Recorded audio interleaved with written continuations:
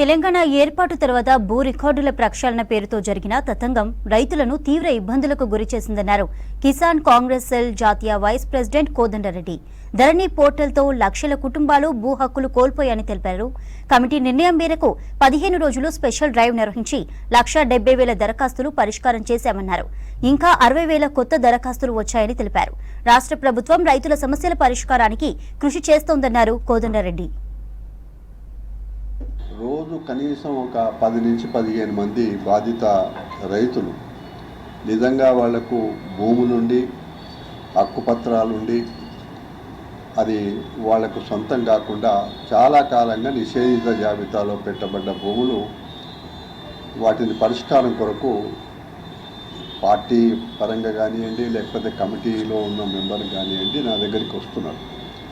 గత ప్రభుత్వంలో తీసుకున్న ఈ ధరణి దానివల్ల వచ్చిన చిక్కులు ఇవి పేరుకుపోయి కొన్ని లక్షల ఎకరాల భూమి పరిష్కారం కాకుండా ఉండిపోయింది. అందుకే ఒక పక్కన కమిటీ నిర్ణయం మేరకు స్పెషల్ డ్రైవ్ 15 రోజులు జరిగింది. దాదాపుగా 1,70,000 దరఖాస్తులు పరిష్కారం కూడా అయిపోయినాయి. అయినా కూడా అది ఒక పక్కన జరుగుతుండగా ఇంకా 60,000 కొత్త దరఖాస్తులు వచ్చినాయి. గతంలో ఎట్లా ఉండేది? గతంలో తెలంగాణ రాష్ట్రం ఏర్పడక ముందు ఎవరికైనా ఏమైనా భూమి సమస్య ఉంటే తహసీల్దార్ దగ్గరికి వెళ్తే పరిష్కారం అయ్యేది. కానీ తెలంగాణ రాష్ట్రం ఏర్పడిన తర్వాత భూముల రికార్డుల ప్రక్షాళన పేరుతో జరిగిన తతంగం చివరికి ఎక్కడికి వచ్చిందంటే లక్షల కుటుంబాల భూములు వాళ్ళకి హక్కులు కోల్పోయి వాళ్లకు రావాల్సిన ప్రభుత్వం నుంచి ఆర్థిక సాయం రాకుండా అవసరానికి అమ్ముకుందామంటే అమ్ముకోలేక, ఇంకా లేకపోతే వ్యవసాయ పెట్టుబడికి బ్యాంకుకు పోతే రుణం తీసుకోవడానికి అవకాశం లేకుండా ఇట్లా నాకు ఇబ్బందులు పడ్డారు.